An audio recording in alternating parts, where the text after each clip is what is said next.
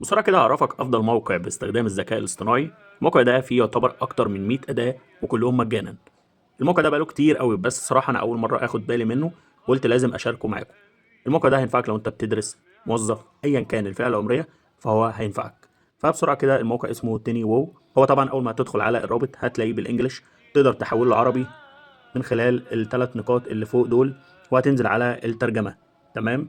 وطبعا هنا الموضوع هيكون أوضح معاك. طبعا الموقع فيه مميزات كتير قوي، يعني تقدر ان انت تظبط الصور، تقدر تظبط الفيديوهات، عاوز تعمل حاجه باستخدام الذكاء الاصطناعي، صور، ايا كان بقى اللي انت محتاجه، فهتلاقيه هنا في الموقع. يعني حاجه تخص ادوات الصور، كل حاجه من دول هتدخل عليها هتلاقيه بيديلك كذا اوبشن تقدر ان انت تستخدمهم مجانا. هنا بيقول لك طبعا كاتب مقالات، هنا محسن المحتوى، مولد صور، كاتب فقرات، يعني كل حاجه تقريبا انت هتحتاجها هتلاقيها موجوده هنا.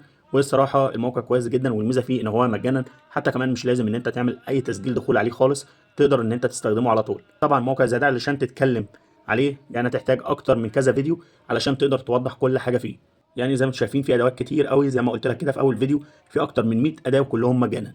فانا طبعا هسيب لك الرابط، فيا ريت لو انت اول مره تشوفني ما تنساش تعمل فولو علشان يجيلك كل جديد، ولو بتشوفني على اليوتيوب ما تنساش تعمل سبسكرايب. السلام عليكم ورحمه الله وبركاته.